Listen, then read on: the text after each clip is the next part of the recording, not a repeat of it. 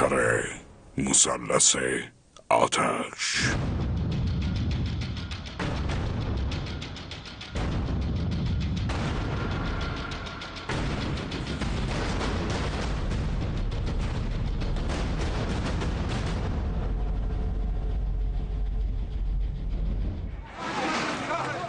اینجا یکی از مواضع رژیم اشغالگر قدسه. از زمان آغاز درگیری‌ها در سوریه میان ارتش این کشور و سازمان‌های اطلاعاتی که رد پاشون از شهر الجلیل در فلسطین اشغالی تا مرز اردن مشاهده میشه، نبردی در گرفت. اینجا قنیطره است. 70 کیلومتری دمشق، پایتخت سوریه. این منطقه در همسایگی بلندی‌های جولان که از 1967 میلادی به اشغال اسرائیل در اومده قرار داره. این منطقه مثلثی استراتژیکه که از یک سو به جنوب و شرق دمشق و از سوی دیگه به مرز لبنان و کوههای هرمون یا جبل الشیخ میرسه. قله این کوهستان بر روی مرز بین دو کشور سوریه و لبنان واقع شده. این منطقه همچنین منطقه حائل بین سوریه و فلسطین اشغالیه. بخش جنوبی کوه هرمون تا قسمتی از بلندی‌های جولان که در اشغال اسرائیل ادامه داره. اسرائیل در تلاش برای پیشروی به سمت شرق و غرب قوطه دیواری به نام دیوار طیب در این منطقه استراتژیک ساخته.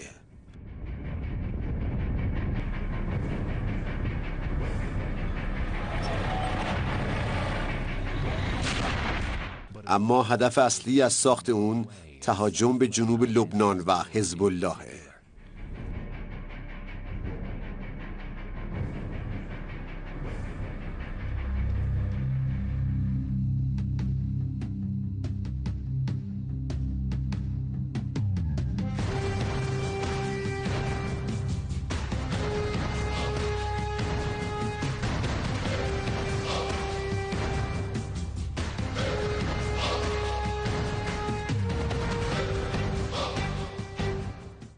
هر اتفاقی که در قلمون، حماس، قصید بیفته تبعات مستقیمی بر حیفا و تل‌آویو خواهد داشت.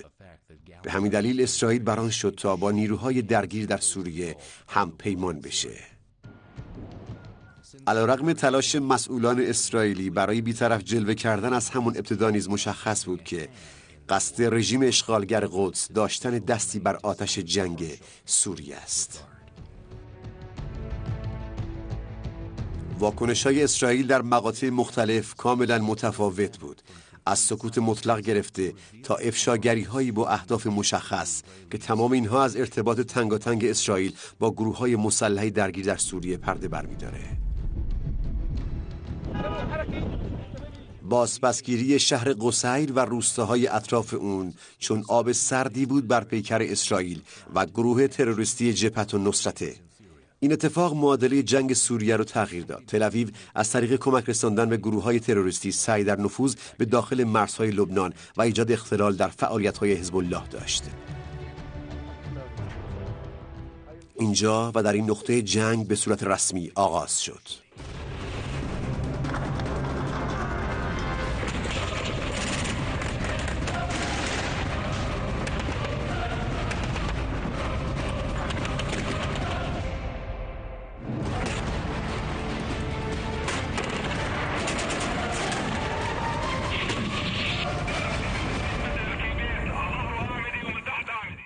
اسرائیل با تجهیز گروه‌های تروریستی در قنیطره جنگی تمام عیار رو علیه دولت سوریه آغاز کرد.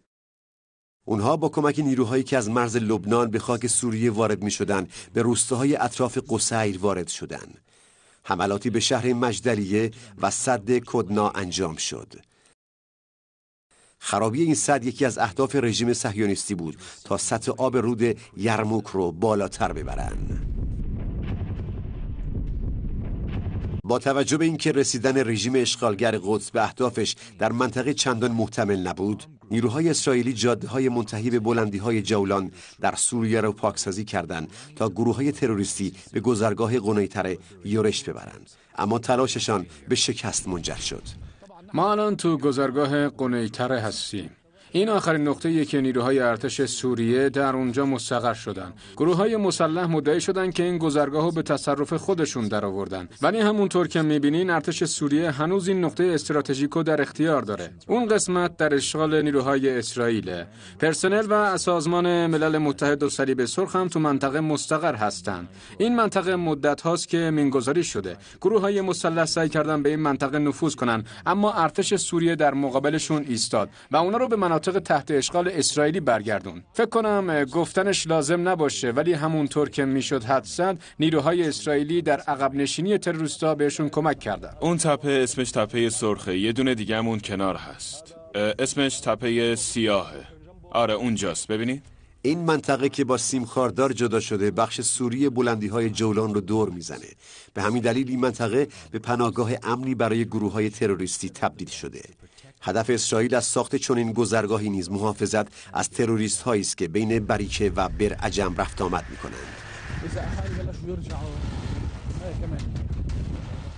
بر روی این تپه مواضع نیروهای اسرائیلی تنها چند متر با دیوار گذرگاه فاصله دارد. اون موضع اسرائیلی هست؟ آره اون تپه تل ابوالنادای. سربازای اسرائیلی از اونجا میتونن کل منطقه رو زیر نظر بگیرن و تو کمین بشینن. علاوه بر حمایت لوجستیک، رژیم اسرائیل کاملا آزادانه در از گروه‌های مسلح تروریست حمایت میکنه. ما لحظه به لحظه به مرز نزدیکتر می شویم. اکنون به منطقه قحطانیه می رویم، جایی که گروه‌های مسلح با کمک و حمایت ارتش اسرائیل به پیشروی‌هایی رسیدند.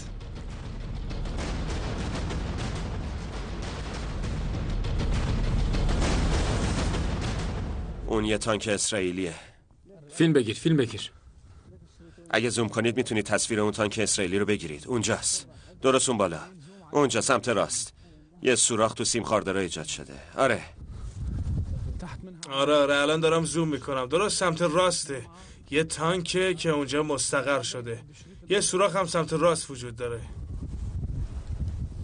ما الان تو منطقه قحطانیه هستیم. گروه‌های مسلح خیلی تلاش کردن تا به این شهر نفوذ کنن. اون قسمت که می‌بینید مناطق فلسطین اشغالیه که کنترلش دست اسرائیلیاست. این نقطه در واقع مرز بین مناطق اشغالی و مناطق آزاد شده است. گروه‌های مسلح سعی کردن از این نقطه وارد منطقه بشن. عدم موفقیت گروه‌های تروریستی در نفوذ به گذرگاه قنیطره خشم مقامات اسرائیل رو برانگیخت تا اونجا که فرمانده‌هاشون سلیم ادریس رو برکنار و عبدالله بشیر یک سرتیپ فراری رو به جای اون منصوب کردند. رژیم اسرائیل اعتراف کرده است که بشیر در تل آویو آموزش دیده است تا علیه دولت اسرائیل مأموریت‌هایی را اجرا کند. سرتیپ سلیم ادریس از سمت خود برکنار می شود و بنا به تصمیم شورای عالی نظامی سرتیپ بازنشسته عبدالله بشیر به جای او منصوب می شود.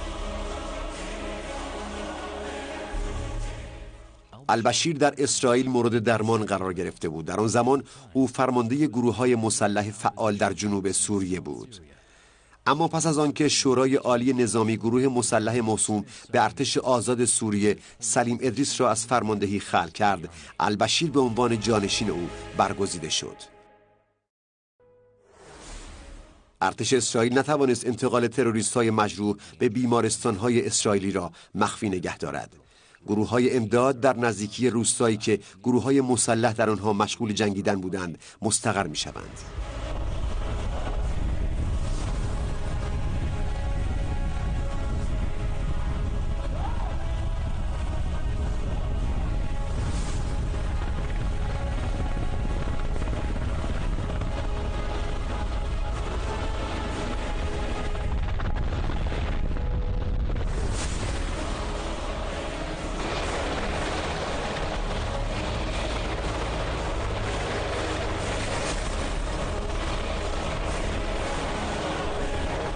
شایعات حاکی از آن است که تعداد زیادی از تروریست‌های زخمی به فلسطین اشغالی منتقل می‌شوند.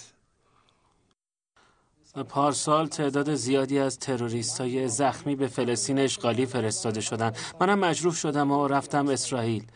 جبهه النصره اونقدرایی هم که بقیه نشون میدن بد نیستن. ما اونجا باهاشون در تماس بودیم. اونا دنبال حل شدن مشکل مردم هستن. اونا اصلا میشه گفت خیلی هم بد نیستن. واقعا نمیدونم چرا این چیزا رو راجبشون میگن. اونا کشته ها و مجروح ها رو با خودشون میبرن داخل مناطق اشغالی. پس یعنی میبرنشون اسرائیل؟ ارتش اسرائیلی شرایط واسهشون راحت تر کرده. حتی گذرگاه هم واسهشون باز کرد. یعنی ارتش اسرائیل گذرگاهو باز کرد و اجازه داد که تروریست‌ها خیلی راحت برن تو مناطق اشغالی؟ آره، اونا رفتن تو مناطق اشغالی. وقتی حمله کردن از سمت اسرائیل اومدن. ارتش انتظار داشت از یه طرف دیگه بیان، اما اونا از سمت اسرائیل اومدن. از همین گذرگاه بهمون حمله کردن. همچین اتفاقایی زیاد میفته. اسرائیلیا به تروریستا کمک میکنن که از مرزهای اردن و لبنان وارد بشن یا خارج بشن. اسرائیل به تروریست‌ها یاری می‌رساند. آنها به تروریست‌ها آموزش نظامی می‌دهند و زخمی‌ها را درمان می‌کنند. هنگامی که تروریست‌ها مجروح می‌شوند، هلیکوپترها و آمبولانس‌ها و بیمارستان‌های اسرائیلی کاملا در خدمت تروریست‌هاست. خیلی ممنونم قربان. خواهش میکنم. حالت بهتره؟ بله، بهترم. متشکرم ازتون. خب، امیدوارم که زودتر خوب بشی. بهتر میشه جوان. ممنون. در آن زمان این همکاری به گونه دیگری جلوه داده شد. این ملاقات نتانیاهو از تروریست‌های مجروح در بیمارستان و صحبت کردن با آنها به وضوح نشان میداد که گروه‌های مسلح هرگز تنها نبوده و از حمایت کامل اسرائیل در نبرد علیه دولت سوریه برخوردار بودند. در آن زمان اسرائیل با احداث راه‌های جدید حمایتش را از تروریست بیشتر کرد.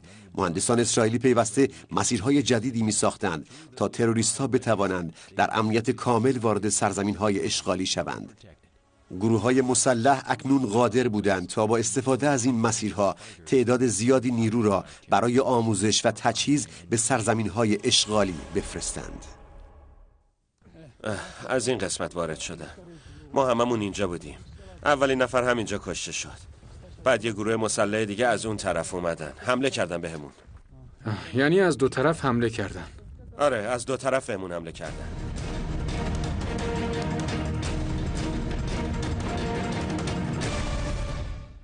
با بیشتر شدن شمار مجروحان، اسرائیل چاره‌ای جز ساختن یک بیمارستان صحرایی در نزدیکی روستای صحیته در بلندی‌های جولان نداشت. پس از یک درگیری شدید در منطقه جباتا الخشب، باز هم بیمارستان‌های اسرائیلی پذیرای تروریست‌های مجروح شدند. تمام تروریستایی که به درمان و مراقبت پزشکی نیاز داشتند، به بیمارستان‌هایی در صفد و الجلیل فرستاده می‌شدند. هیچ حرکتی از سوی گروه‌های مسلح از چشم‌های تیزبین نیروهای ارتش سوریه پنهان نمی‌ماند و تجهیزات ارتباطی هم نمی‌توانست کمکی به تروریست‌ها بکند.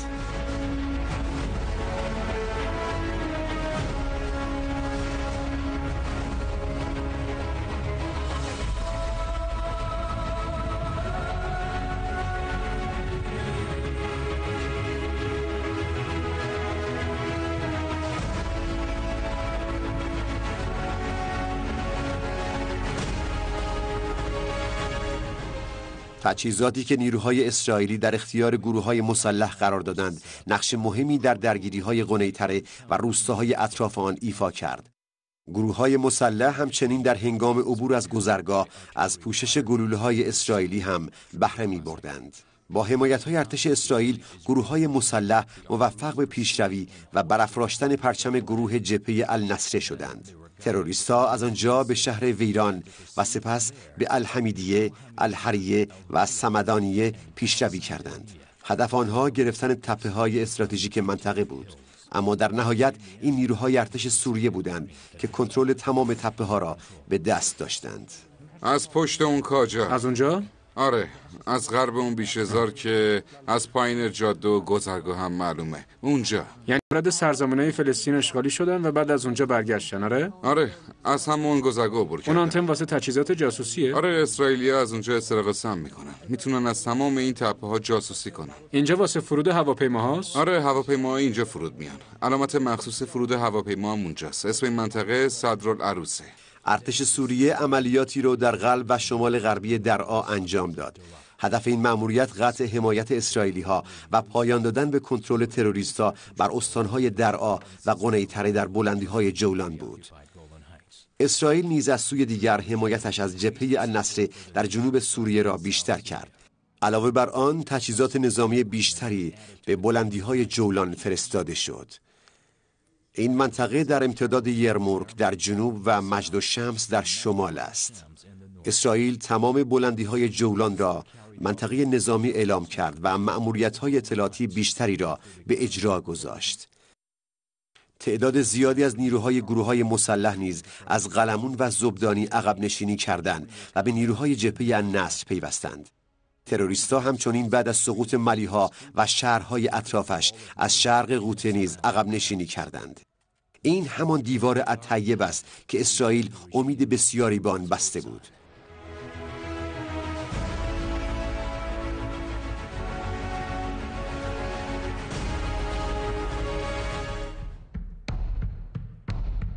این رویای همیشگی اسرائیل بوده است که در این منطقه با سوریه وارد جنگ شود و آن را به سایر نقاط جنوبی سوریه از جمله مناطق آزاد شده بلندی‌های جولان گسترش دهد. مناطق آزاد شده از حومه غربی درعا و از 2 روستای سهم و جولان و رفید آغاز می شود و به سایر روستاها در قنیطره و تل الحمر در مقابل تل ابو النادی که ارتش اسرائیل از آنجا همه چیز را زیر نظر دارد ادامه می یابد و باز از آنجا به روستاهای حزر و ارنه و قلعه جندال در دامنه کوه هرمون که در کنترل ارتش سوریه است تا کوه قلمون می رسد. این منطقه 70 کیلومتر مساحت دارد و شامل 10 روستا از جنوب درعا تا قله‌های کوه هرمون است. این منطقه جزء منطقه حائل نیست و نیروهای سازمان ملل متحد هیچ کنترلی بر آن ندارند. در عوض این منطقه به یک پناهگاه امن برای گروه‌های مسلح مجهز به سلاح‌های اسرائیلی تبدیل شده است. آنها می توانند به سرزمین‌های اشغالی وارد شوند و از آنجا به بلندی‌های جولان و منطقه شبا در مرز لبنان بروند. به این ترتیب نیروهای جبهه النصر قادر خواهند بود به سادگی از نقطه به نقطه دیگر بروند و برای جلوگیری از روبرو شدن با نیروهای مقاومت از راه‌های دیگری برای حرکت استفاده کنند.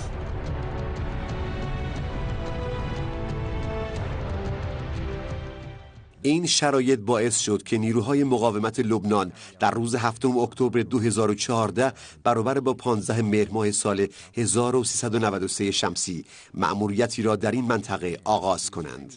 از سوی دیگر ارتش اسرائیل قصد داشت که این مثلث را به منطقه طلایی برای اجرای آنچه در مناطق دیگر قادر به انجامش نبود تبدیل کند تا مقاومت لبنان را تحت فشار بگذارد. زمان آن رسیده بود که نیروهای مقاومت در مقابل چنین تغییرات نظامی در منطقه بایستند و فعالیت‌های ارتش اسرائیل را از نزدیک بررسی کنند.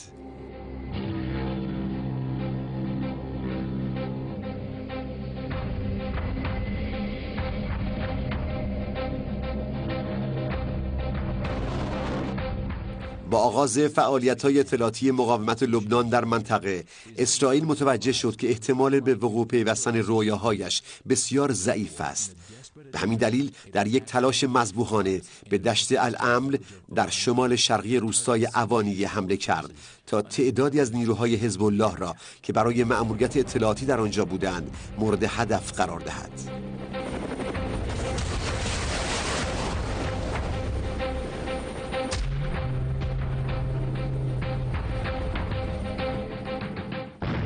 در این حادثه 6 نفر از نیروهای مقاومت لبنان و یک فرمانده سپاه پاسداران انقلاب اسلامی به شهادت رسیدند. اما تنها چند روز بعد مقاومت بار دیگر برنامه‌اش را از سر گرفت و مأموریتی را با همان تاکتیک و در همان زمان به اجرا گذاشت.